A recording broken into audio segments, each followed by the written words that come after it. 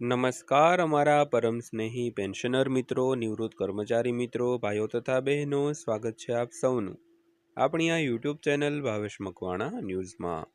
તો પેન્શનર મિત્રો, આજ સાંજના પેન્શન સમાચારમાં આપણે વાત કરીશું પેન્શનરો અને નિવૃત્ત કર્મચારીઓ માટે આજરોજ તારીખ 12/5/2024ની સાંજે 6:45 આવ્યો છે એક લેટેસ્ટ પરિપત્ર। તો પેન્શનર મિત્રો, શું છે આ લેટેસ્ટ પરિપત્ર જેની આજના વિડીયોમાં આપણે ચર્ચા કરીશું। તો આજનો વિડીયો તમે ખાસ કરીને અંત સુધી જોઈ લેજો અને હજી સુધી જો આપણી આ ચેનલ તમે સબસ્ક્રાઈબ ન કરી હોય તો ડેઈલી આવી જ અપડેટો મેળવવા માટે આપણી આ યુટ્યુબ ચેનલ અત્યારે જ સબસ્ક્રાઈબ કરી લેજો દોસ્તો। તો શરૂ કરીએ આજનો આ વિડીયો। તો વાત કરીએ તો રાષ્ટ્રીય પરિષદ NCJCMના સ્ટાફ સાઇડે પ્રસ્તાવ મૂક્યો છે કે પરિવારને 3 એકમોને બદલે 5 એકમો ગણવામાં આવે। તો તેમણે એમ પણ ઉમેર્યું છે કે લઘુત્તમ માસિક પગાર વૈજ્ઞાનિક જીવન નિર્વાહ વેતન સૂત્ર પર આધારિત હોવો જોઈએ। તો જેમાં ખોરાક, રહેઠાણ, શિક્ષણ, આરોગ્ય સંભાળ, પરિવહન અને તકનીકી જરૂરિયાતોનો સમાવેશ થાય છે। વિગતવાર વાત કરીએ તો કૌટુંબિક એકમને 5 એકમ તરીકે ગણવામાં આવશે। તો 69,000 રૂપિયાની માંગના કેન્દ્રના અગાઉના પગાર પંચમાં ઉપયોગમાં લેવાતા પરંપરાગત 3 એકમ પરિવાર મોડેલોથી દૂર જવાનો નિર્ણય છે। તો સ્ટાફ સાઇડે કર્મચારી, જીવનસાથી, બાળકો અને આશ્રિત માતા પિતાનો સમાવેશ કરતા 5 એકમ પરિવાર માળખાનો પ્રસ્તાવ છે તે મૂક્યો છે। તો ખાસ કરીને અગાઉ જ્યારે પગાર પંચ નક્કી થતા ત્યારે ઘરના 3 પરિવારના સભ્યો હોય એટલે કે 3 એકમ હોય તેવી રીતે ગણતરી કરવામાં આવતી હતી, પરંતુ આ વખતે એવો પ્રસ્તાવ છે કે 5 એકમ ગણવામાં આવે, કારણ કે આશ્રિત માતા પિતાઓ હોય તે કોની સાથે હોય એટલે એ નક્કી ન થતું હોય, તો તેને લીધે 69,000 રૂપિયાની જે પગાર વધારાની માંગ છે તેમાં પરંપરાગત રીતે 3 એકમ પરિવારના મોડલથી દૂર જવાનો નિર્ણય લેવામાં આવ્યો છે અને સ્ટાફ સાઇડે કર્મચારી, જીવનસાથી, 2 બાળકો અને આશ્રિત માતા પિતાનો સમાવેશ કરતા 5 એકમ પરિવાર માળખાનો પ્રસ્તાવ છે તે મૂક્યો છે।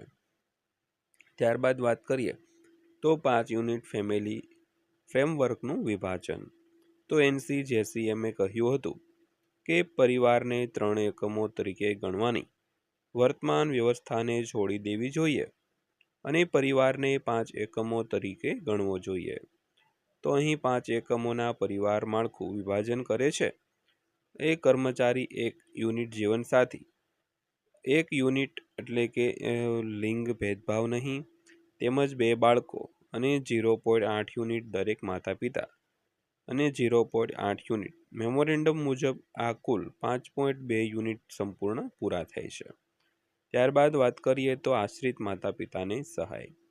તો મેમોરેન્ડમમાં વધારેમાં કહેવામાં આવ્યું છે કે માતા પિતા અને વરિષ્ઠ નાગરિકોના ભરણ પોષણ અને કલ્યાણ અધિનિયમ હેઠળ કાનૂની જવાબદારીઓ હેઠળ બાળકોને આશ્રિત માતા પિતાને ટેકો આપવો ફરજિયાત છે।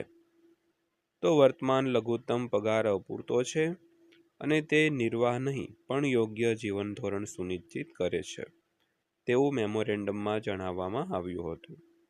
ત્યારબાદ જોઈએ તો વૈજ્ઞાનિક જીવન નિર્વાહ વેતનનું સૂત્ર।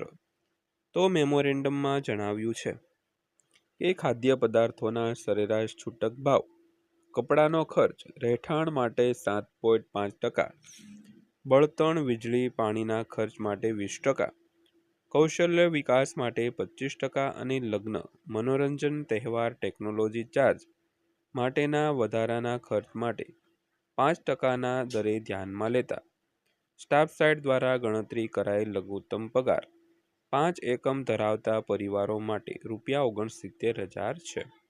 તો આ બધી જે ગણતરીઓ કરીને સ્ટાફ પક્ષે એવું નક્કી કર્યું છે કે 69,000 રૂપિયા પગાર છે તે લઘુત્તમ હોવો જોઈએ।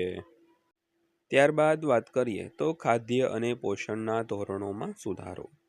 તો સ્ટાફ સાઇડનો ઉલ્લેખ છે કે અગાઉનો 2700 કેલેરી ધોરણનો અપૂરતો છે અને તેથી 3490 કેલેરીની ભલામણ અપનાવવી જોઈએ। તો તો ખાસ કરીને શારીરિક રીતે મહેનત કરતા કામ માટે સ્ટાફ સાઇડનો ઉલ્લેખ છે કે પોષણ એ યોગ્ય ઉત્પાદકતા અને ગૌરવ સુનિશ્ચિત કરે છે. તો ફક્ત અસ્તિત્વ ટકાવી રાખવા માટે નહીં, ફૂડ બાસ્કેટમાં સામેલ હોવું જોઈએ દૂધ, ઈંડા, માંસ, માછલી જેવા પૂરતા પ્રોટીનના સ્ત્રોતો, તેમજ 5 યુનિટ માટે દર મહિને 30થી 35 લીટર ડેયરી વપરાશ, જેમાં ફળો, શાકભાજી અને સંતુલિત પોષણ મસાલા તેમજ પીણા અને પ્રોસેસ્ડ ફૂડનો સમાવેશ થાય છે.